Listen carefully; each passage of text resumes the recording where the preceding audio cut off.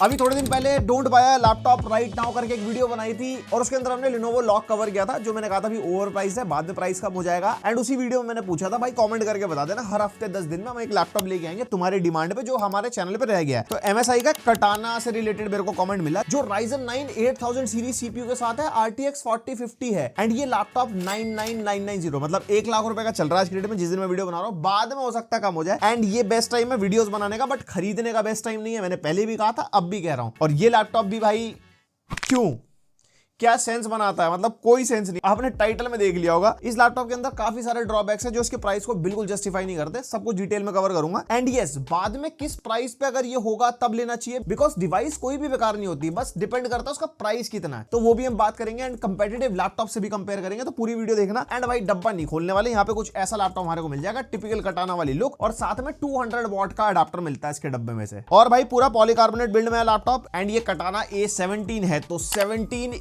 Inches का चौड़ा लंबा लैपटॉप है।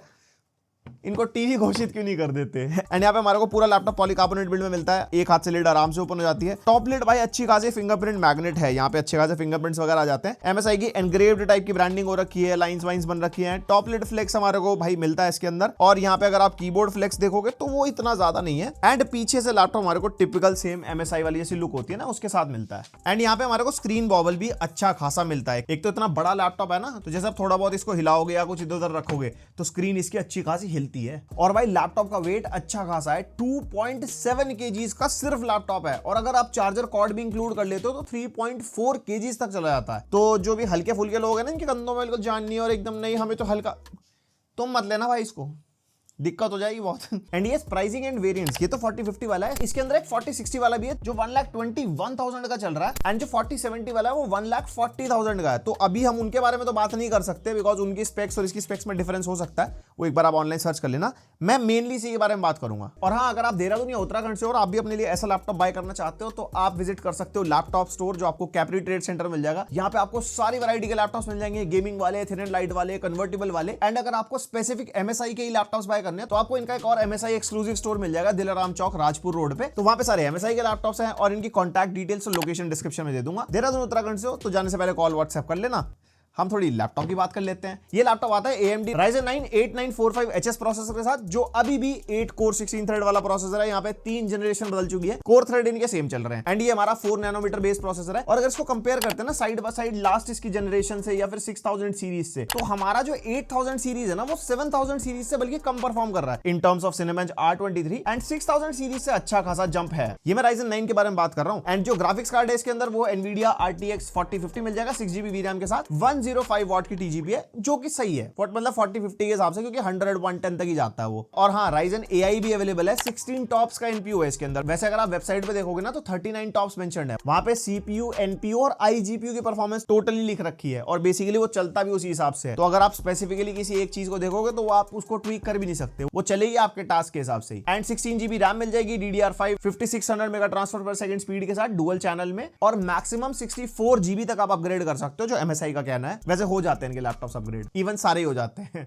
1TB की Gen 4 SSD यहाँ पे हमारे को मिलती है, लेकिन स्पीड्स एग्जैक्ट Gen 4 वाली नहीं है, जो थोड़ी ठीक ठाक वाली Gen 4 होती है ना, 4300 के आसपास रीड स्पीड एंड 3600 के आसपास राइट स्पीड। एंड इसके अंदर 2 SSD का स्लॉट मिलता है। पर स्लॉट कितने TB तक का सपोर्ट है, मेरे हिसाब से पर स्लॉट 2 TB तक वैसे हो जाना चाहिए, बट ब्रांड्स को मेंशन करना चाहिए अपनी वेबसाइट पे और सब जगह, जो भी ई-कॉमर्स वगैरह, थोड़ा आइडिया मिल जाता है। एंड कनेक्टिविटी में Wi-Fi 6E and Bluetooth version 5.3 and MS office इस लैपटॉप के अंदर नहीं मिलेगा, इतना महंगा होते हुए भी, जबकि कंपटीशन लाइक Omen हो गया, Lenovo लॉक हो गया, and there are some laptops जिसके अंदर MS ऑफिस मिलता है, तो वो होना चाहिए था। एंड 1 मंथ का Xbox गेम पास मिलता है, जो Lenovo के लैपटॉप्स में 3 मंथ्स मिल जाता है, तो वो भी एक थोड़ा सा ड्रॉबैक है। एंड नाउ बेंचमार्क Cinebench 2024 के स्कोर्स आप अपने सामने देख सकते हो। देन ये रहा Cinebench R23, और उसके बाद ये रहा Geekbench 6 के CPU scores, multi core and single core, जो इसका प्रोसेसर है नंबर ठीक निकाल के दे रहा है। एंड Geekbench 6 का OpenCL फॉर GPU होता है 82,000 के आसपास। और ये रहा Geekbench 6 का AI वाला बेंचमार्क, अगर कंपेयर वगैरह करना हो दूसरे सिस्टम से। देन क्रॉसमार्क, जिसके अंदर प्रोडक्टिविटी, क्रिएटिविटी एंड रिस्पॉन्सिवनेस मिल जाती है हमारे को। और ये रहा ब्लेंडर बेंचमार्क 2600 के आसपास। एंड ब्लेंडर में BMW का रेंडर निकाला था GPU से 26 सेकंड्स के आसपास में स्कोर निकल के आ गया था। फिर ये रहा 3D Mark Time Spy जिसमें CPU स्कोर अच्छा है, इवन GPU स्कोर 4050 के हिसाब से जैसा होना चाहिए वैसे ही आ रहा है। VR Mark में 12600 के आसपास सुपर स्कोर है, VR गेमिंग आप कर पाओगे उसके ऊपर। एंड PC Mark 10 जो हमारा प्रोडक्टिविटी वगैरह के लिए होता है 7000 प्लस स्कोर है, जो कि ठीक है। फिर प्रोडक्टिविटी के बेंचमार्क Puget बेंचमार्क निकाला फोटोशॉप के लिए 6900 प्लस, किसी भी लेवल का अच्छे से अच्छा फोटोशॉप आप इस लैपटॉप पे चला सकते हो, प्रोसेसर पावरफुल है। Same goes with Premiere Pro, यहाँ पे स्कोर हमारा 6800 के आसपास निकल के आ रहा है, यानी कि 4K 60 FPS तक की आप वीडियो एडिटिंग कर पाओगे।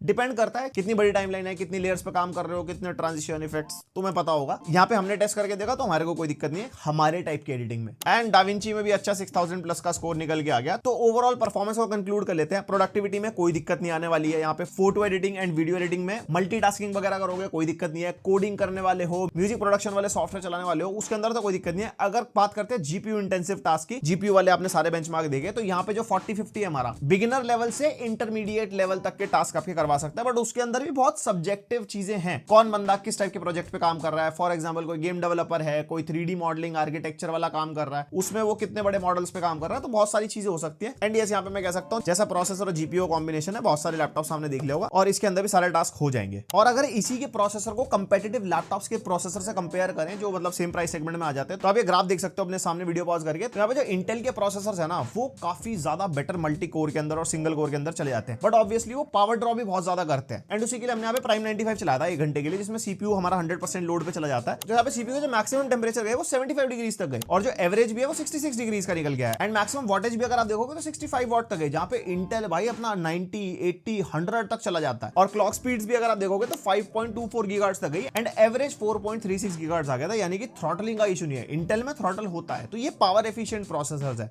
AMD specifically. एंड सिमिलरली 1 घंटे का फॉर्मार्क चला फॉर जीपीयू। यहाँ पे मैक्सिमम हमारा जीपीयू 107 वॉट तक चला गया था, बट एवरेज 59 वॉट का निकल गया। वैसे आपको गेमिंग में आइडिया हो जाएगा कितनी वॉटेज ड्रॉ हो रही है कितनी नहीं। एंड टेम्परेचर भी ठीक ठाक, हमने 72 एंड 57 डिग्री के आसपास चले गए थे। और परफॉर्मेंस की इतनी बात हो गई तो जरा गेम टेस्ट नहीं करेंगे एकदम फुल डिटेल में। अब गेम टेस्ट पे नजर मारो, फिर आगे बात करते हैं। तो सबसे पहले CS2 हमने टेस्ट किया, जिसके अंदर हमारे को आराम से एवरेज 150 FPS मिल रहे हैं। एंड ये पहला गेम है, आप देख सकते हो टेम्परेचर्स हमारे 45-50 वॉट पे 80 डिग्री के आसपास तक जा चुके हैं, और मेरे शहर में थोड़ा ठंडा है, 18 डिग्री के आसपास रूम टेम्परेचर है। बाकी आगे देखते हैं थर्मल्स का क्या मामला बैठता है। एंड बैटरी परसेंटेज मैंने ऑन कर दिया, तो अगर कोई बैटरी ड्रॉप हो गेमिंग के टाइम पे तो पता चल जाए। एंड यस, तुम्हारे माइंड में आ रहा होगा वैलोरेंट का क्या हाल चाल है। तो भाई वैलोरेंट हम इसके अंदर टेस्ट करके देख रहे थे, कुछ अनयूजुअल एरर करके शो कर रहा था, मतलब चल ही नहीं रहा था। प्रोबेबली कोई गेम इशू या सर्वर इशू चल रहा होगा। उसके बाद 10 साल से जिस गेम को रगड़ रहे हैं हम, GTA 5, यहाँ पे 140 एवरेज FPS मिल रहे हैं अल्ट्रा पॉसिबल सेटिंग्स में, मतलब सब कुछ हाईएस्ट पे हमने कर दिया था। एंड सारे गेम्स ऑब्वियसली 1080p पे टेस्ट हो रहे हैं, जो इसका नेटिव रेजोल्यूशन है। और मैक्सिमम सेटिंग्स पे Elden Ring 60 FPS locked game है, मैक्सिमम FPS मिल रहे हैं इसके अंदर। Then we tested RDR2 favour quality, यानी कि highest possible settings, DLSS on and off दोनों सिनेरियोस पे, वही 65-75 के आसपास FPS मिल रहे हैं, बढ़िया प्लेबल FPS। और उसके बाद साइबरपंक, एंड यहाँ पे फ्रेम जनरेशन भाई 40 सीरीज वो मिलता है हमारे को, जिसमें एकदम डबल फ्रेम रेट हो जाते हैं हमारे फ्रेम जनरेशन लगा के। अल्ट्रा पे टेस्ट कर रहे हैं और अच्छे फ्रेम रेट मिल रहे हैं। एंड वहीं पे अगर हम रे ट्रेसिंग को भी ऑन कर देते हैं अल्ट्रा पे, तो रॉ परफॉर्मेंस में तो इतने अच्छे FPS नहीं मिलते, लेकिन अगर आप फ्रेम जनरेशन लगाओगे तो बढ़िया 80 एवरेज FPS मिल जाते हैं। Then Hogwarts Legacy ultra setting सब कुछ रे ट्रेसिंग वगैरह लगाया था, फ्रेम जनरेशन लगा के प्लेबल 55-60 FPS मिलते हैं।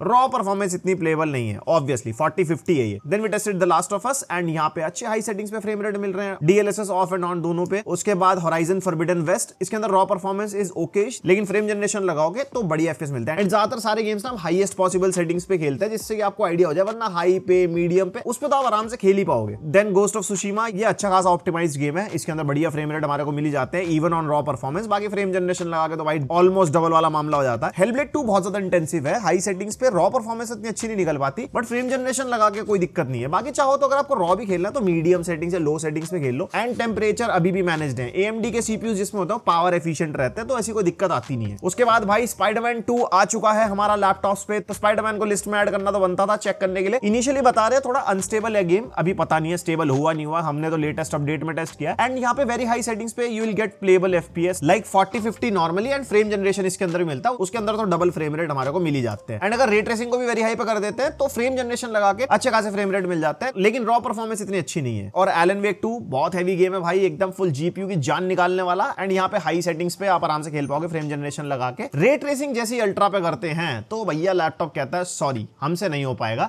लेकिन फ्रेम जनरेशन लगा के आप खेल पाओगे। But this is high settings, medium या लो पे खेलना हो डेफिनेटली ज्यादा एफपीएस आप निकाल सकते हो। Black myth Wukong cinematic highest possible settings यानी कि, तो इसके अंदर हमारे को अच्छे फ्रेम रेट नहीं मिलते क्योंकि अनरियल इंजन 5 वाला गेम है और बहुत ज्यादा हैवी है, चाहे फ्रेम जनरेशन लगा दो। लेकिन मुझे थोड़ा सा डाउट हुआ क्योंकि इतने कम फ्रेम रेट मैं एक्सपेक्ट नहीं कर रहा था, लेकिन जैसे हमने रे ट्रेसिंग को वेरी हाई पे किया ना तो हमारे फ्रेम रेट बेटर निकल के आ रहे हैं compare to ray tracing off. तो प्रोबेबली कुछ ग्लिच वगैरह हो गेम में कभी कभी हो जाता है। तो मतलब कहने का ये है कि ब्लैक मिथ वुकोंग भी आप इससे खेल सकते हो सिनेमैटिक सेटिंग्स पे, बाकी चाहो तो सेटिंग्स ट्वीक कर लेना। एंड ओवरऑल कंक्लूड करते हैं गेमिंग के मामले में कोई दिक्कत नहीं है लैपटॉप में, मतलब जैसी परफॉर्मेंस इस सीपीयू जीपीयू की कॉम्बिनेशन को देनी चाहिए ना वैसी ही परफॉर्मेंस यहाँ पे हमारे को मिल रही है। एंड 4050 का तुम्हें पता है आने वाले टाइम में 2-3 साल में जो भी गेम्स आएंगे वो आप अपने लैपटॉप पे खेल पाओगे क्योंकि फ्रेम जनरेशन मिलती है और सेटिंग्स इतनी सारी होती है तो ट्वीक करके ऑलमोस्ट सारे गेम्स आप खेल ही सकते हो। एंड पोर्ट्स के मामले में राइट साइड में RJ45 लैंड पोर्ट मिलता है, HDMI 2.1 का पोर्ट मिल जाता है जिसका आउटपुट 4050 से ही है, एंड एक Type-C 3.2 Gen 1 वाला पोर्ट मिलता है जो डिस्प्ले आउटपुट भी सपोर्ट करता है, RTX 4050 से आउटपुट मिलता है, हाई स्पीड डेटा ट्रांसफर भी हो जाएगा लेकिन कोई भी पावर डिलीवरी नहीं होगी। देन यहाँ पे हमारे को एक Type-A पोर्ट मिल जाएगा 3.2 Gen 1 वाला और एक हेडफोन माइक जैक का कॉम्बो, एंड लेफ्ट साइड में एक Type-A पोर्ट है USB 3.2 Gen 1 और एक Type-A USB 2.0। ये क्या सेंस बन रहा है इतने महंगे लैपटॉप में 2.0 का Type-A पोर्ट होने का, and more over Type-C PD का सपोर्ट नहीं है भाई। आज की डेट में बहुत इंपॉर्टेंट फीचर है,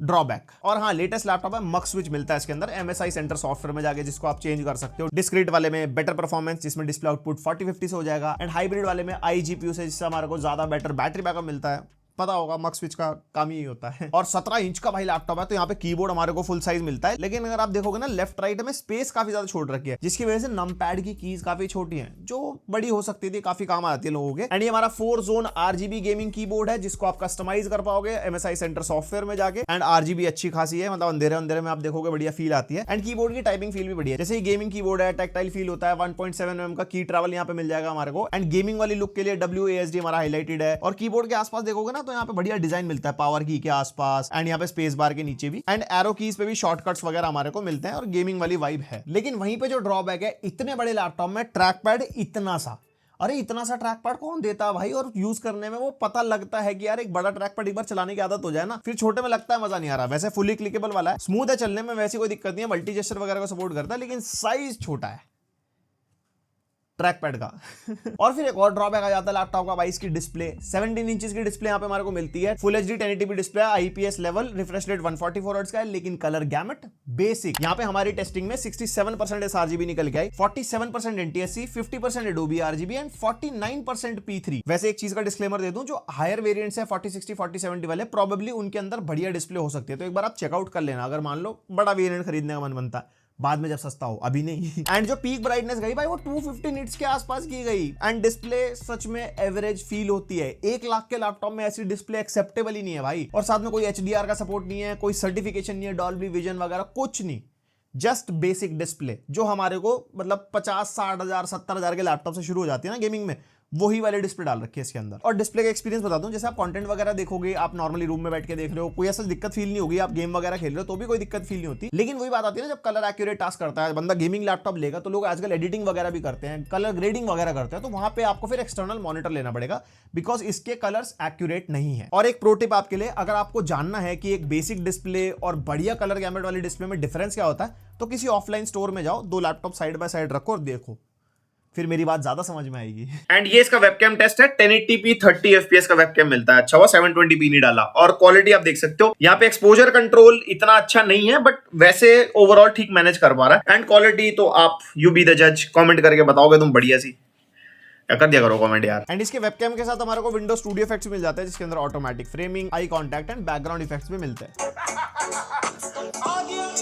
ठीक ठाक स्पीकर है, 2-2 वॉट के 2 स्पीकर डाउन फायरिंग वाले, ज्यादा लाउड भी नहीं है, ज्यादा से कम से भी नहीं है, एवरेज टाइप के मैं स्पीकर कह सकता हूं। एंड नाइमिक बाय स्टील सीरीज का सपोर्ट मिलता है, मतलब वो ये जैसे वो ऑडियो ट्यूनिंग होती है ना, DTS, डॉल्बी एटमॉस वगैरह, वैसे इसके अंदर नाइमिक है, इसकी ऐप मिलते हैं, इसके अंदर आप कस्टमाइजेशन कर सकते हो एनहांस करने के लिए अपना एक्सपीरियंस ऑन हेडफोन्स या स्पीकर। इसके अपने स्पीकर पर पता नहीं लगता इतना। एंड फिर एक और ड्रॉबैक आ जाता है, अब ये इतना बड़ा लैपटॉप बना रहे 17 इंचेस का, भाई क्या सेंस बन रहा है 53.5 वॉट आवर की बैटरी डालने का, एंड बैटरी बैकअप बिल्कुल ओके। बेसिक टास्क में बता रहा हूं जिसमें कीबोर्ड बैकलाइट ऑफ थी, ब्राइटनेस भी हमने थोड़ी कम कर दी थी, एंड यहाँ पे हमने सुपर बैटरी मोड सेलेक्ट किया था इसके MSI सेंटर सॉफ्टवेयर में, और मक्स स्विच को हाइब्रिड मोड पे रखा था, उसके बावजूद जाके हमारा 3.5 आवर्स का बैटरी बैकअप निकल गया है। अब जैसे जैसे आपका टास्क बढ़ेगा तो बैटरी बैकअप और कम हो जाएगा, ये बिल्कुल मतलब ये पीक है, उससे कम ही निकलना है तुम्हारा, ये तुम्हारा एक टेस्टिंग क्राइटेरिया है। एंड यूज केस में भी यूट्यूब वीडियो, ऑफिस वाले काम, बस वही सब। एंड 53 वॉट आवर में ये AMD का लैपटॉप है तो इतना निकाल पा रहा है। ये अगर इंटेल का लैपटॉप होता, क्योंकि उसके अंदर CPU पावर ड्रॉ ज्यादा करता है, तो वो इतना बैकअप भी नहीं निकाल पाता, तो वो भी एक काफी डिफरेंस आ जाता है। फिर एक और चीज है, इसका चार्जर 200 वॉट का चार्जर है, 0 से 100% चार्ज होने में 2 घंटे 50 मिनट के आसपास लगे, जो कि भाई बहुत स्लो है। तो देखो ये हो गया पूरा रिव्यू। देखो सारे के सारे ड्रॉबैक्स मैंने आपको हैंड टू हैंड बता दिए। अब अगर आप 1 लाख रुपए खर्च रहे हो, तो आज की डेट में अगर आप कंपटीशन उठा के देखो, Acer Predator Helios Neo 16 आता है, i5 13500HX 4050 वाला, डेफिनेटली इससे बेटर है। 90 वॉट आवर बैटरी, अच्छे कलर गैमेट वाली display, even 13500HX better perform भी करता है in single core and multi core, और वो है भी 95,000 का, तो डेफिनेटली अभी वो गुड टू गो है। लेकिन अभी तो मैं कह ही रहा हूं कोई लैपटॉप लेना ही नहीं है, क्योंकि अभी प्राइसेस कम होंगे जब नए लैपटॉप अभी लॉन्च होंगे। एंड जब 1 लाख तक बंदा लगा रहा है, तो 1,05,000 रुपए में वही Predator का 13700HX भी मिलता है। अगर आपको बेटर CPU चाहिए फॉर बेटर प्रोडक्टिव टास्क, वो एक ऑप्शन है। देन वी हैव इन्फिनिक्स का GT Book ऑल्सो 3900H के साथ आता है, 4060 आता है 1,10,000 में। हमने इसका रिव्यू कर रखा है, बट अभी कुछ सेंस नहीं बनता उसके बारे में बात करना, क्योंकि उसका ना स्टॉक ही नहीं है, वो बहुत टाइम से आउट ऑफ स्टॉक चल रहा है। बाकी मिले तो देखो तुम्हारी किस्मत है, वैसे रिव्यू है चैनल पे, वो देख लेना। और 1 लाख तक बंदा जा रहा है, तो 5,000 रुपए एक्स्ट्रा डाल के 4060 वाला टफ नहीं ले लेगा, जो 13620H के साथ आता है, डिस्प्ले भी अच्छे कलर गैमेट के साथ आती है, GPU बेटर मिल जाता है, उसका भी रिव्यू है, एक बार वो भी देख लेना। सेम गोज विद MSI का स्वॉर्ड, हमने रिव्यू किया, लेकिन वो 14 जनरेशन वाला था, लेकिन उसकी वीडियो के अंदर हमने 13 जनरेशन को भी साइड बाय साइड लेके चले थे। तो वो लैपटॉप देखो, वो सिर्फ 7-8 हजार रुपए महंगा है इस वाले लैपटॉप से, एंड बहुत बेटर चॉइस है। अच्छी डिस्प्ले, अच्छी बैटरी, अच्छी परफॉर्मेंस, बहुत सारी चीजें 4060 भाई। देन इस मार्केट को जो रूल करके बैठा है, ये 1 लाख रुपीस वाली, इसमें लॉक मिल जाता है हमारे को 4060 वाला विद i7 13650HX, तो वो भी आप यहाँ पे देख सकते हो। भाई यहाँ पे बहुत सारे लैपटॉप हैं, इस लैपटॉप का कोई सेंस नहीं बनता, पता नहीं किस हिसाब से इसकी प्राइसिंग कर रखी है। अगर मैं एक्चुअली आपको बताऊं, ये लैपटॉप अगर इसकी प्राइस कम होती है ना, अगर ये 80,000 के आसपास आता है, तो 80,000 में ये ठीक होगा लेना। उसके अंदर देखो बैटरी, फिर बेसिक डिस्प्ले, जो सबसे बड़ा डील ब्रेकर है, PD चार्जिंग नहीं है, तो वो सारी चीजें तो देखो एग्जिस्ट करती हैं। वो आपके लिए कितनी डील ब्रेकर है नहीं है, वो आप देख लेना, बट अभी तो कोई सेंस नहीं बनता। बट हाँ, तुमने डिमांड करी तो हमने रिव्यू ला दिया। और किसी लैपटॉप की डिमांड है तो भैया कमेंट सेक्शन खुला है, यहाँ पे स्पैम मत करना। एक बंदा एक कमेंट लिखो, जिसके ज्यादा मेजॉरिटी ऑफ कमेंट्स होंगे जिस पर्टिकुलर लैपटॉप के, हम वो वाला ले आएंगे अगली वीडियो में। बाकी तो लाइक, शेयर, सब्सक्राइब, और ऐसा कंटेंट पसंद आता है तो बेल आइकन पर ऑल जरूर कर लेना। मिलते हैं नेक्स्ट वीडियो, तब तक के लिए बाय।